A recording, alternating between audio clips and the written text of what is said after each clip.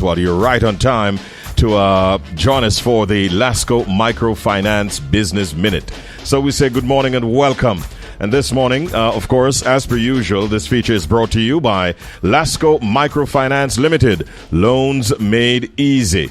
So if you're a small or medium-sized business owner looking to grow, expand, or just need a financial boost, then this is the feature for you. Each week, we explore smart loan solutions and flexible options designed with you in mind. So let's dive in and welcome our guests this week. Of course, representing LASCO Microfinance, we have the marketing manager. Good morning, Danielle Drysdale. How are you doing today, Danielle?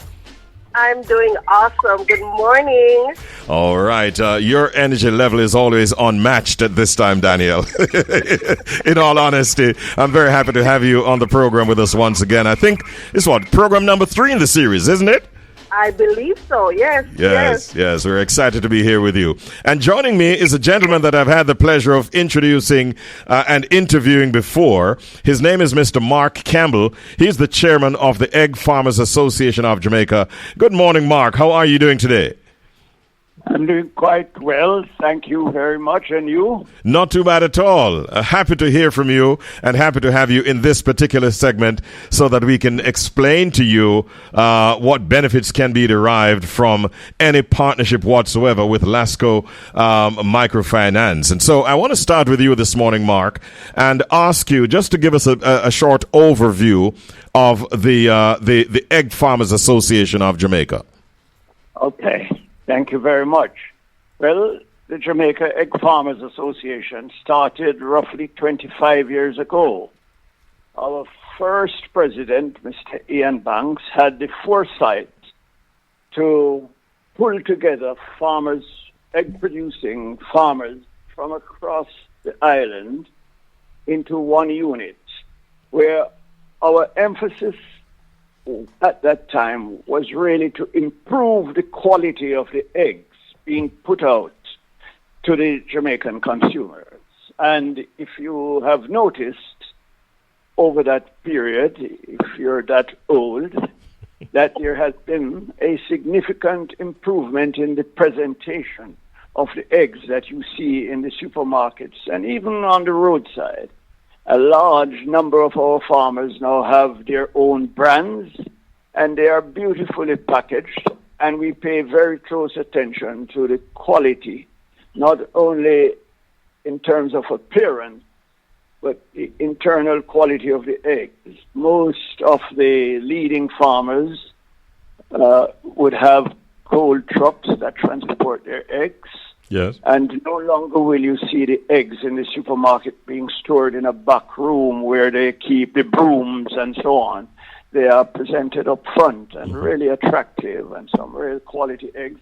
I think our standard is very close to what you would come to in the first world, the big consuming countries of the world. But we also pay attention to educating the farmers on best practices in the industry, both in terms of the production of eggs, how to get the best out of the laying hens, and how to pay attention to calculating the best business model and so on and so forth. Yes. So, yes.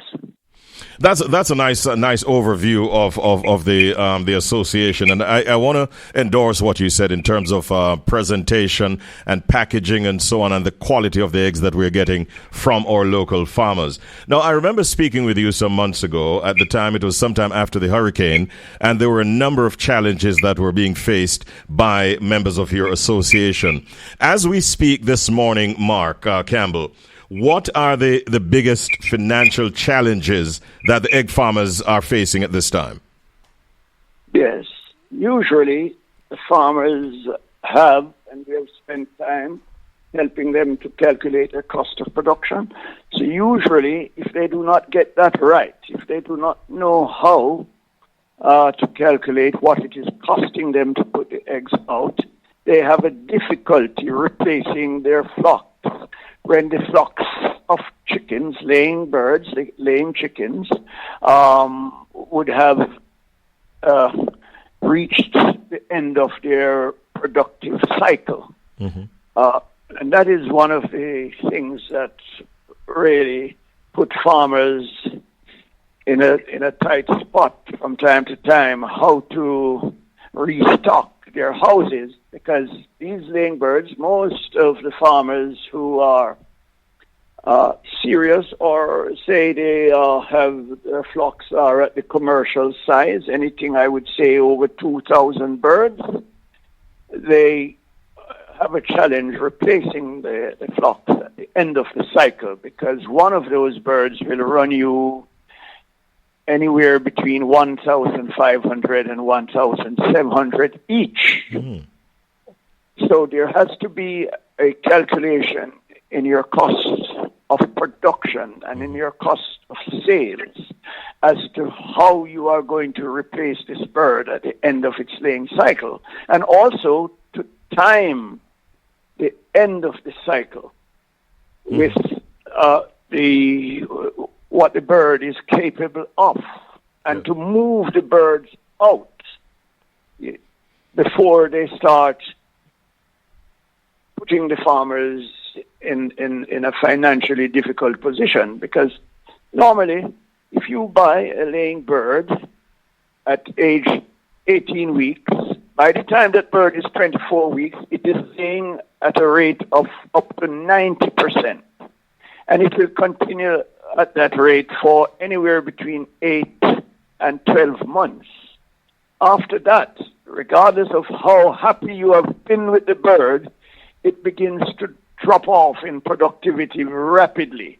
But because you have a sentimental attitude and not a commercial attitude to the bird, you hang on to the bird until the bird eats out whatever it had already given to you. Because once the bird falls off in productivity, and these are things we emphasize to our farmers, and we spend time at each monthly meeting to show these things, so that if you maintain a high productivity, you can continue to put the eggs out to the Jamaican consumer at an affordable rate. Yes, and, we are learning. We're learning quite a bit from you this morning. Danielle, are you still there? I am here, yes, learning a lot myself. I always enjoy talking with Mark Campbell, and we learn so much from him. But, you know, I think, Danielle, the summary of what Mark was just talking about is the fact that it takes cash to do all of what needs to be done. And so I wanted to bring you in on the conversation at this time in your capacity as the marketing manager at LASCO Microfinance, and ask you, what is the range of business loan solutions that are available to egg farmers from your company? Thanks for that, Richie. So, I mean, yes, I was listening keenly, and what I realized, based on what Mr. Campbell was saying, is that critical for the egg farmers is timing. And, you know, for us, we want to make sure that you can meet those specific times when you need to be replenishing your stock. And for that reason, we make sure that we provide, you know, a range. So farmers can get anywhere up to $10 million to assist with their businesses, whether it is that they need to be getting new layers, if it's feed, if it's, you know, help to improve their enclosures, anything that they need to ensure that they can meet those timelines that Mr. Campbell, explained just now, just to ensure that they can, you know, continue the cycle and moving through and ensure that they're always producing such great quality eggs. So you do take your slogan very seriously, loans made easy. Yes. I wanted to go back to Mr. Campbell for a minute and ask, Mr. Campbell, how has loan availability affected the growth of egg farmers in Jamaica in recent times? Well, it's a mixed bag. Some farmers are in a better position to access loans, and some are getting into a better position. But I'm happy, I'm thankful that you have brought me back in, because one of the things we have been encouraging the farmers to do, because we have had over the past number of years, we have had a number of hurricanes affecting the egg industry in Jamaica, and we have now been encouraging the farmers to rebuild some of the structures they have to a capacity that can withstand winds of up to 150, 170 miles an hour. So when these storms hit Jamaica, they look first for the foul houses. That's what these storms look for, foul houses. And then they look for banana trees. So true. We have been encouraging our farmers, and a number of farmers have been rebuilding in a manner that can withstand these kinds of winds. Well, so the specific question is, we have a monthly meeting on the first Wednesday of every month in Ocheria, St. Anne, and it's open to the public generally, and especially if you're offering loans, we have a special welcome for you. Well, Danielle, did you hear that? And that sounds absolutely fantastic. We would love to join you, Mr. Campbell, at one of those meetings. And I do, see where it's really needed for our ex-farmers to really be supported in that way. Yes, I've seen the stories each time we have, a significant weather condition that usually impacts our farmers. So, it's really great that the organization and the farmers at large are looking to put into place, structures, reinforcement to ensure that they can support and protect their livelihood. While we still have Mr. Campbell, and I'm sure that many of the members of his association are listening, Danielle, suppose I asked you to outline some of the basic requirements that the farmers would need to apply for a business loan from LASCO Microfinance. What would you tell us this morning? Well, pretty easy, pretty simple. We can start out the process with, their IDs, their TRN, passport size photograph, proof of address. This is usually in the form of a utility bill or, in some cases, a bank statement. And for those who are registered, you can provide your business registration certificate. In the instance where there are farmers who are unregistered, we also support those as well. And we encourage them, if you can bring in the required documents in completion as quickly, we try and move the process through for you just the same. So most of them have these things in their possession right now, so they can do the application. Yes. As far as the maximum payback term for a business loan is concerned, what is that? It varies. It varies, and it depends on the